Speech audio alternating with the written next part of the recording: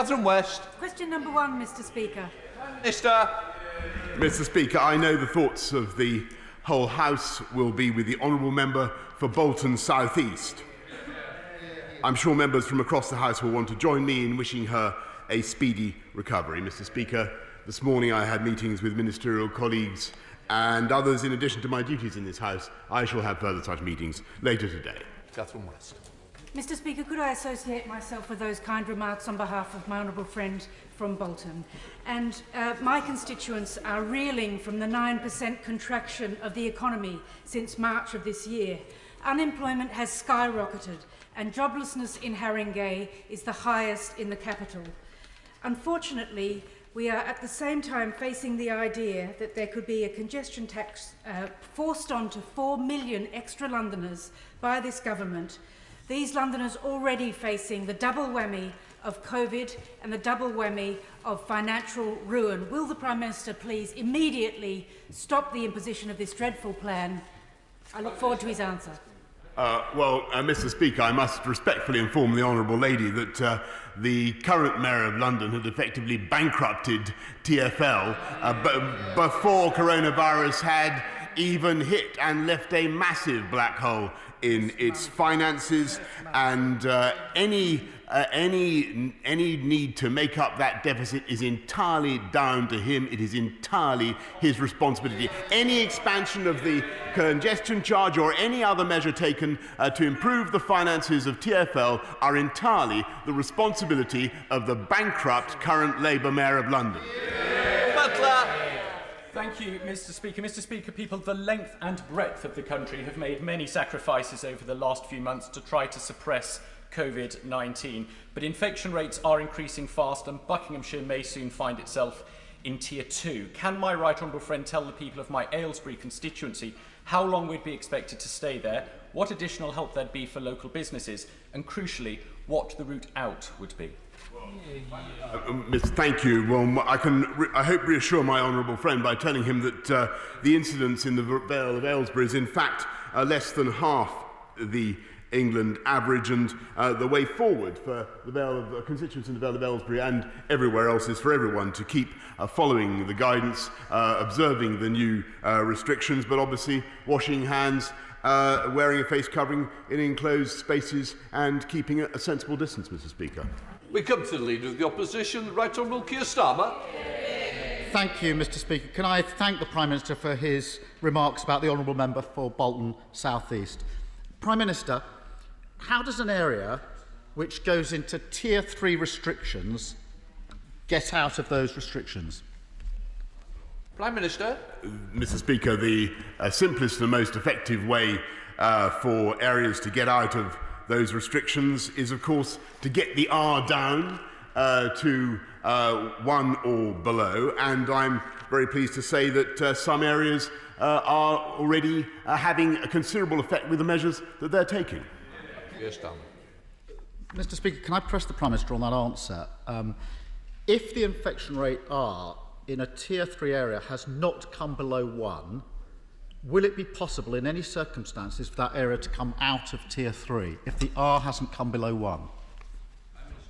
Mr. Speaker, obviously the R is one of the measures that we look at, and we'll take a decision based on a number of things, including the R, but also, of course, rates of infection, rates of admission to hospital, and other data. But the most important thing is for areas that do go into Tier 3, and I'm very grateful to local leadership in the areas that have gone into Tier 3, because it's the right thing for them to do, the right thing for their constituents, the right thing to save lives. When they are able to make progress, and of course they will come out of Tier 3. And as he knows full well, the measures that are put in place are reviewed every 28 days. Stop. Mr. Speaker, I'm now confused by the Prime Minister's answer. If it's not the R rate under 1, what is it? Because millions of people want to know the answer to that question, because millions of them are in Tier 3 and millions more are likely to go into Tier 3. They really need to know. And Prime Minister, on Friday, the Chief Scientific Officer said Tier 3 on its own certainly isn't enough to get the R rate below 1. On the same day, the Prime Minister himself said there was only a chance of getting infection rates down. This goes to the heart of the issue in Greater Manchester and elsewhere, because the widespread fear, Prime Minister, is that Tier 3 is the worst of all worlds. It brings significant economic harm without getting the virus sufficiently under control to exit Tier 3. So instead of being a solution, Tier 3 is a gateway to weeks and weeks, more likely months and months of agony, from which there's no likely exit. Can the Prime Minister not see the problem if there isn't a clear exit? Sorry, Mr. Speaker, I've made it absolutely clear that part of the country going into Tier 3 is only in there for 28 days. We will review it after 28 days, and areas that have gone into Tier 3, I believe, are already making progress, and areas where there are restrictions in place are also showing signs of progress. We are pursuing, Mr. Speaker, a local, a regional approach, which is the sensible approach for this country. That's what the epidemiology supports. It's what the Deputy Chief Medical Officer supported last night. And again, I want to thank a local leadership in Merseyside, in Lancashire, actually in London and West Midlands and elsewhere for what they are doing. And I may say that it is a bit incoherent of the right honourable gentleman opposite to attack local lockdowns when he wants to plunge the whole country, back into a damaging lockdown for weeks on end, and he has no clue about how he would propose to get the country out of that, does he? Keir Starmer. Mr. Speaker, I appreciate there's going to be a review every 28 days, but if the R rate hasn't come below 1, then the infection rate is still going up, and the numbers are going up, and the admissions are going up, and the numbers in hospital are going up, and the deaths are going up. Is the Prime Minister seriously saying that he would take a Tier 3 area out of Tier 3 with the R above 1? I don't think so. Let me spell out what this means. On Friday, thousands of people in Greater Manchester, taxi drivers, pub and hospitality workers, people working in betting shops, the self-employed and freelancers, will either be out of work or face significant pay cuts. That's the reality on Friday in Greater Manchester. But their rent and their mortgage won't be lower, their food and their heating bills won't be lower, and that could last for months. Why can't the Prime Minister and the Chancellor understand this? Stop bargaining with people's lives, stop dividing communities, and provide the support that's needed in Manchester. Mr. Speaker, I'm very proud that this government has already given Greater Manchester £1.1 billion in support for business, £200 million in extra unring-fenced funding, £50 million to tackle infections in care homes, £20 million for tests and trace, another £22 million for local response that we announced yesterday. And yesterday, the Mayor of Greater Manchester was offered a further £60 million, which he turned down, Mr. Speaker, with no encouragement, I may say, to support from the right honourable gentleman. So what I can tell the House today, Mr. Speaker, is that that cash will be distributed to the boroughs of Greater Manchester. And I want to thank my honourable and right honourable colleagues across the House for Haywood and Middleton, from Bolton North West, from Bolton North East, from Bury South, Bury North, Cheadle, Lee, Orchardsham and Sale West, and Hazel Grove for the support that they have given in this matter, Mr. Speaker. This is a Prime Minister that can pay £7,000 a day for consultants on track and trace, which isn't working, that can find £43 million for a garden bridge that was never built, but he can't find £5 million for the people of Greater Manchester.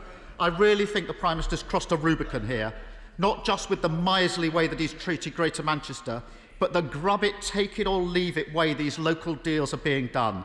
It's corrosive to public trust, to pit region against region, mayor against mayor, council against council, asking them to trade away their businesses and jobs.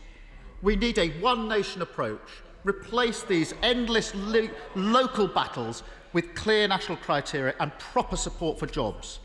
Labour's motion this afternoon would do that. Why won't the Prime Minister support it?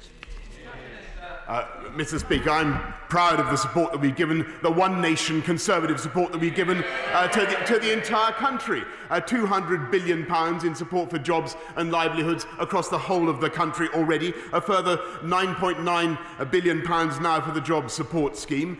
It is this government that has cut VAT for business, deferred business rates. There is no other country in Europe, Mr. Speaker, where so much support, so much help has been given to the population to get through this crisis, and we will continue to do that. But I think it is the height of absurdity, Mr. Speaker, that he stands up and attacks the economic consequences of the measures that we're obliged to take across some parts of the country when he wants to turn the lights out with a full national lockdown, taking kids... that was his policy last week anyway, wasn't it? Perhaps he could confirm that's still his policy. Is that what he wants to do?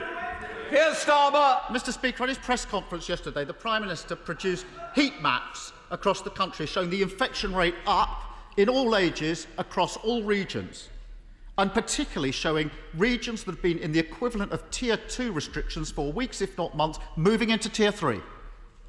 Now, if they're moving into Tier 3, Tier 2 hasn't worked, because if Tier 2 worked, they should be going to Tier 1. So Tier 2 goes to Tier 3, Tier 3 has no end, because there's no prospect or confidence in the R rate coming below 1. And I do not believe that a Tier 3 region will come out of those restrictions unless R is below 1 and whilst numbers are still going up.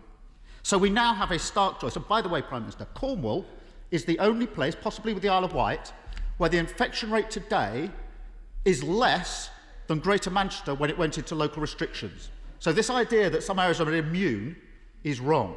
So there's a stark choice. Carry on with the Prime Minister's approach, which will lead to weeks and weeks and months of prolonged agony in all your constituencies for millions of people in Tier 2 and 3 with no exit, or put in place a 2 to 3 week time-limited circuit break to break the cycle and bring the virus back under control. Wales, Northern Ireland and Scotland in part have chosen that path. With half-term starting this Friday, this may be the last opportunity for the Prime Minister to put in place an effective circuit break. The Prime Minister was too slow in the first phase of this pandemic. He's being too slow again. We cannot repeat this mistake. Will he act in the public interest and take the opportunity to put in place a circuit break this Friday?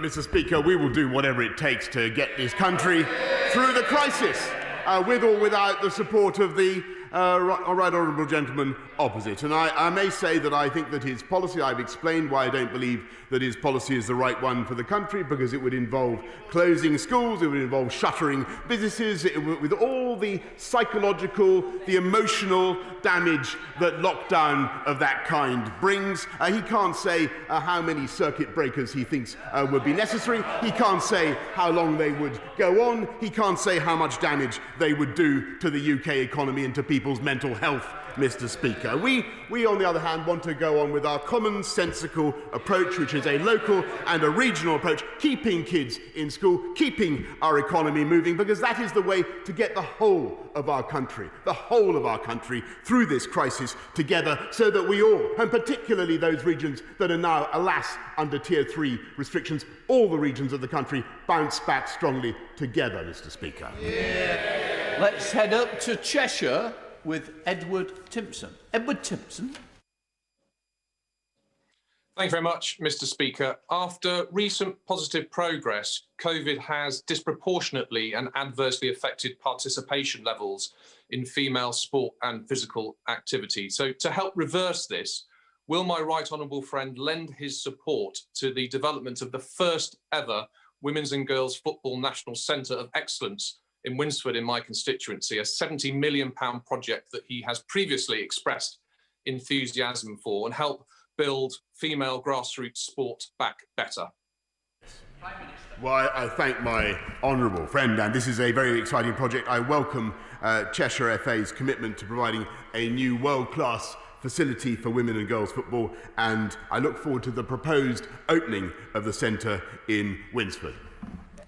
We're now heading to the leader of the SNP, Ian Blackford. Audio only. Ian Blackford. Thank you, Mr. Speaker, and my thoughts are very much with the member for Bolton South East. I hope she makes a speedy recovery.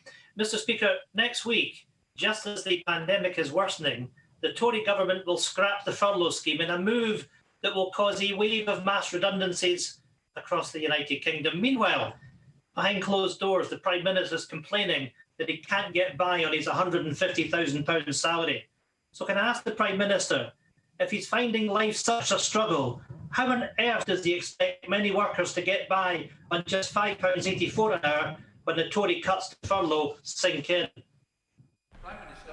Mr. Speaker, actually, I'm proud of what we've done to support people on low incomes throughout this period, and indeed before. It was this government that raised the living wage by record amounts. We've just increased universal credit by about £1,000 a year, and he makes the point about furlough, Mr. Speaker, and as he knows, combine the universal credit with job support, the job support scheme that we've just announced, and workers will be getting 80% of their existing salary. We will get this country through this crisis, and we will continue to support people of low incomes throughout the period. Turning to Ian Blackford. Ian Blackford. Mr. Speaker, I'm afraid the Prime Minister just simply doesn't get it. Yesterday we saw his total disregard for the people of Greater Manchester, a Tory attitude that people in Scotland are all too familiar with. Millions of families are struggling to get by, and this Tory government wants to cut their incomes in the middle of a pandemic. It is clear that the Prime Minister has made a deliberate decision to let unemployment soar, just like Thatcher did in the 1980s. Time is running out. With 1 week left, will the Prime Minister finally U-turn on his cuts to the furlough scheme and invest in our communities, or will he leave millions of people on the scrap heap?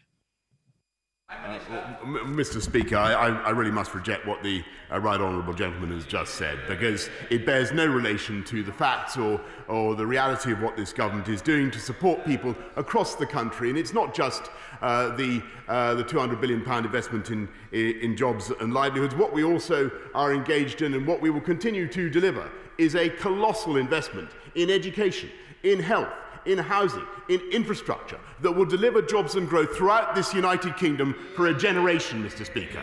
Andrew Jenkins. Thank you, Mr. Speaker. Firstly, I congratulate the Prime Minister and negotiating team for their strong stance in negotiations with the EU.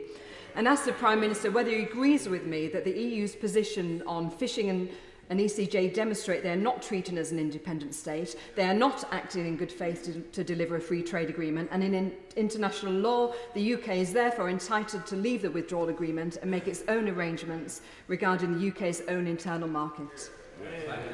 Well, Mr. Speaker, whatever the effect of the withdrawal agreement, I can certainly assure her that the UK's internal market, which I think everybody on both sides of the House values, is protected and upheld by the UK Internal Market Bill, which is going through another place at the moment, and also, of course, protecting the Good Friday Agreement.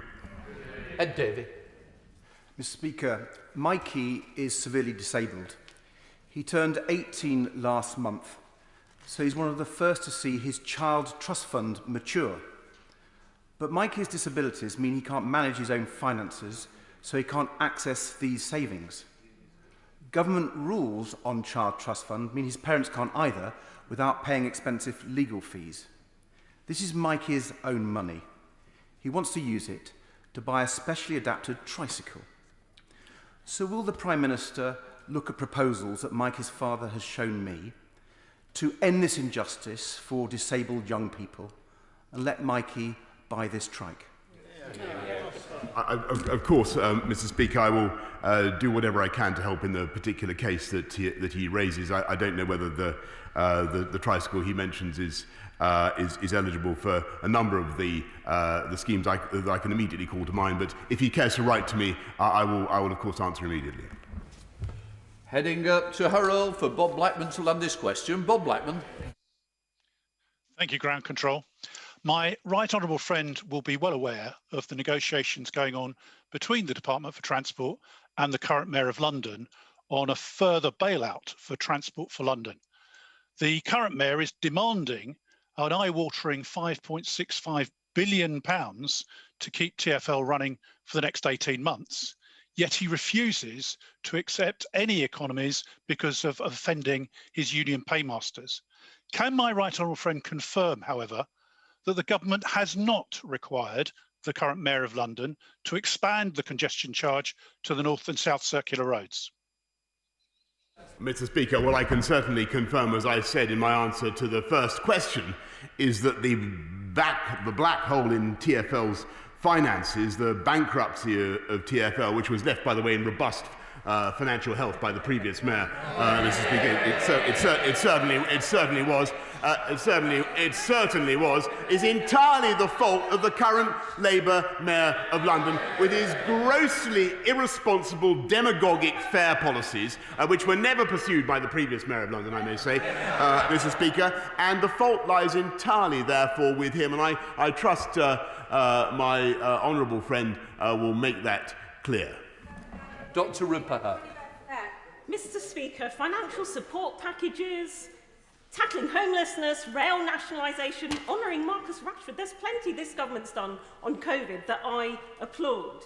But with winter set to bite and no end to the virus in sight, can I ask the PM to reconsider the arbitrary end to many of his schemes set months ago when we knew so little? 3 million self-employed were completely out of all of these. And a number of them set to face destitution when the minimum income floor ends next month. And 3,272 kids in his own seat, 2016 in mind. School dinners are in the balance. Can he start by voting with us tonight and make sure that that gong doesn't just mean nothing? Sorry, Prime Minister. Prime Minister, can you just sit down? Please, we've got to have short questions. I want to get through the list. We've got to help each other. Prime Minister. Thank you. Thank you, Mr. Speaker. And the Honourable Lady is quite right to call attention to the difficulties facing many families right now because of the crisis that we've been in. But the most important thing, and I think this is, I hope, common ground, actually, is to keep kids in school if we possibly can. That would be vitiated by the series of lockdowns that are being proposed. I don't want to go down that route. And what I want to do is to make sure that we continue to support families throughout the crisis so that they have the cash available to feed their kids as they need to do. On to your question, Mr. Speaker. Thank you, Mr. Speaker. I'm delighted that Kettering General Hospital is part of the biggest hospital building programme in a generation. I can tell my honourable friend the Infrastructure Delivery Task Force is already involved in delivering the health infrastructure programme, which includes Kettering General Hospital. Thank the Prime Minister for visiting the night shift at Kettering General Hospital in February and seeing for himself at first hand the wonderful work being done by local medics and staff. The hospital can expedite at speed ambitious plans for its rebuild, but only if the time taken for regulatory clearances at NHS improvement are dramatically shortened. Will the Prime Minister cut NHS red tape so local people can have the improvements we need at our local hospital as quickly as possible? Indeed, Mr. Speaker, and I hope I can reassure him by saying that clinical modelling work is now complete and the site development is now underway, Mr. Speaker, as we speak. Thank you, Mr. Speaker. On the 16th of June, the Prime Minister agreed to provide free school meal vouchers to hungry children over the summer holidays, after claiming that just 24 hours beforehand, he was completely unaware of the campaign that was calling for it. Last week, Liberal Democrat Education Minister for Wales, Kirsty Williams, guaranteed that free school meal provision during school holidays would continue until at least Easter 2021, and yesterday the Scottish Government committed to do the same. So, Mr. Speaker, can the Prime Minister confirm that he is indeed aware of these announcements, and if so, when does he plan to do the right thing? Well, Mr. Speaker, governments of all stripes have supplied free school meals since 1906, and I'm proud that it was this Conservative government that extended universal free school meals to 5-, 6- and 7-year-olds. The party opposite were in power for 30 of the last 100 years and never did anything like that, Mr. Speaker. We support kids of low incomes in school, and we will continue do so. But the most important thing is to keep them in school and not to go to tear off into another national lockdown, taking them out of school. And we will continue, Mr. Speaker, to use the benefit system and all the systems of income support to support young people, to support children throughout the holidays as well. To South West with Sigurry Street. Sigurry. Thank you, Mr. Speaker. One lesson we've all learnt in the past 9 months is that the internet is even more important to our lives than we imagined. So will my right honourable friend confirm today that despite COVID and all the other challenges he's grappling with, that we will deliver on our manifesto commitment to roll out full fibre superfast broadband across the United Kingdom and ensure that we are global leaders in digital connectivity? Thank you. Yes, indeed. I thank my right honourable friend, for everything he does to lobby for that. And I can tell him that our local delivery partner in Devon and Somerset has provided connectivity of the kind he describes to 300,000 premises over the last across those two counties. And indeed, we are going to be a world leader in connectivity, Mr. Speaker, as we build back better. To South London with Janet Davey. Janet Davey. Thank you, Mr. Speaker. Can the Prime Minister confirm that his government is seeking to force the Mayor of London, Sadiq Khan, to remove free travel for under 18s and for holders of the 60-plus travel card in return for further financial support for TfL to keep the tubes and buses running? How can this be right when many people in London, and indeed in my constituency, already have months of genuine hardship ahead of them? Mr. Speaker, it was the Labour Mayor of London who bankrupted TfL's finances, and any changes that he brings in are entirely his responsibility. And I suggest she holds him to account. Thank you, Mr. Speaker. I know the Prime Minister is committed to doubling down on levelling up. Will he join me for a virtual tour of Stoke-on-Trent Central and a round table with key partners focused on delivering for the left behind? Not least to ensure that the Transforming Cities Fund investment will revolutionise public transport in the city.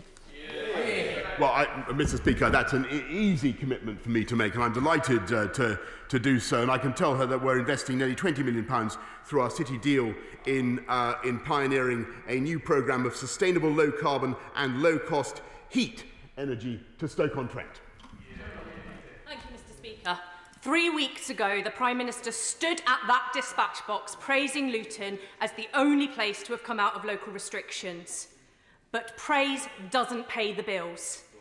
Luton's proud industries of manufacturing, aviation and events can't get by on sound bites and figures that bear no relation to what's really happening to jobs and businesses. He knows entire industries are at stake.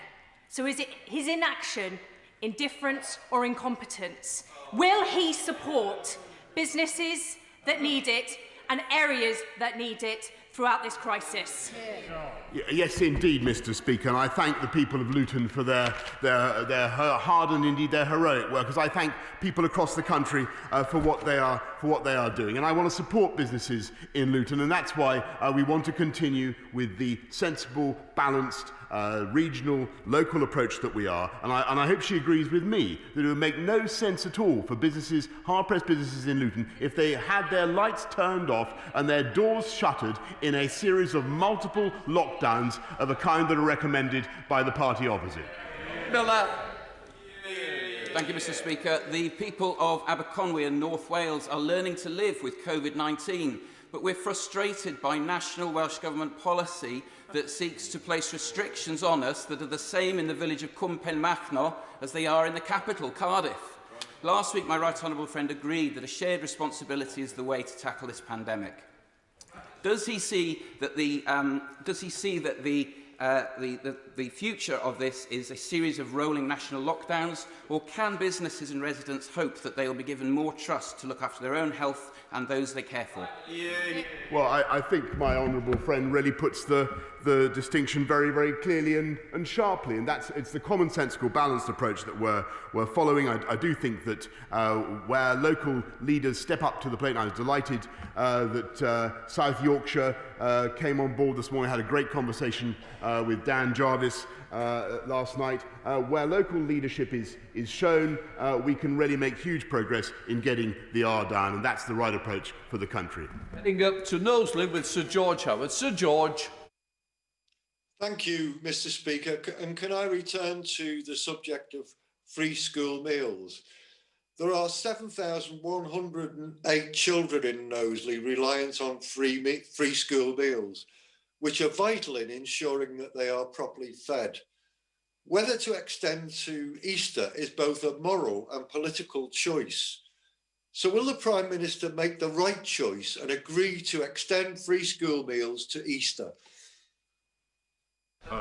Mr. Speaker, of course we have free school meals throughout term time. That's entirely right. What we want to do is to make sure that we continue to support people on low incomes throughout the crisis, and that's also what we're going to do. We're heading to Essex with Stephen Metcalfe. Stephen Metcalfe. Thank you, Mr. Speaker. As my right honourable friend will know, part of my constituency has now been placed into Tier 2 restrictions. Can he therefore reassure everyone that if they stick to the rules, observe the hands, face and space message, and self-isolate when required, accompanied by suitable enforcement for those who blatantly flout the law, we will come out of these restrictions all the sooner? My honourable friend puts his finger on it, and that's exactly what we need to do.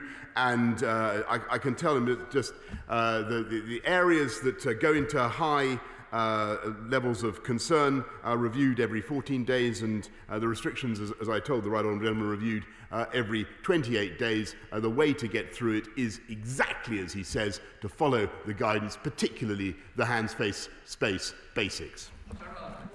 Thank you, Mr. Speaker. The people of Barnes in my constituency have been cut off from public transport routes for some months now by the closure of Hammersmith Bridge.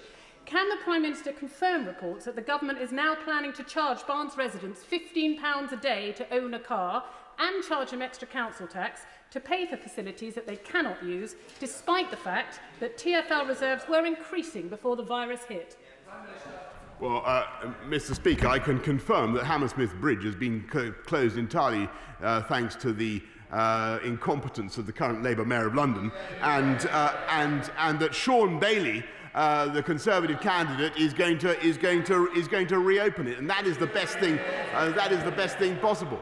Let's head to Reigate with Crispin Blunt. Crispin Blunt. Thank you, Mr. Speaker. As my right honourable friend leads the country through Brexit and delivers global Britain, will he ensure that the first consideration he gives to the values and policies of his government are those which will unite and bring our country together, and make all those who voted Remain for what they thought were the internationalist values of the European Union proud again of their country for bringing those values to global Britain? Indeed, Mr. Speaker, and that's why we're going to use the G7 presidency, the COP26 summit, to champion our values across the world, and in particular the one that he mentions, female education, which I think is the single policy that can really transform the outcomes across the planet. And our global objective is to help 40 million girls across the world to get a decent education. Lillian Greenwood.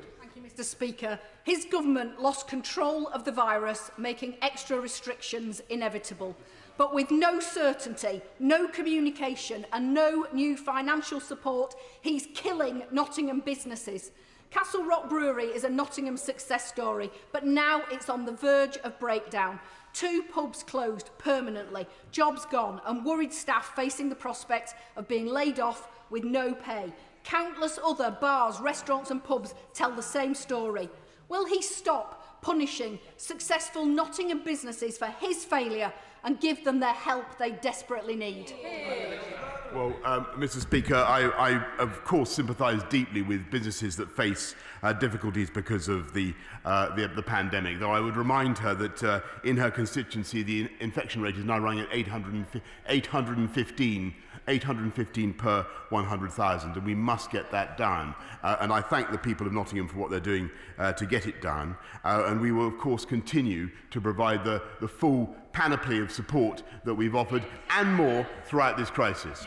Thank you, Mr. Speaker. Following the introduction of Tier 2 restrictions in York, can the Prime Minister be more open in communicating the evidence base for York going into Tier 2, outline a roadmap for the city's return to Tier 1 and urgently consider creation of specific support for York's hospitality industry suffering losses from the limbo that Tier 2 is creating? Yes, Mr. Speaker. Well, I can tell my honourable friend that the infection rate in York, alas, is now running at 279 per 100,000, and we must get it down.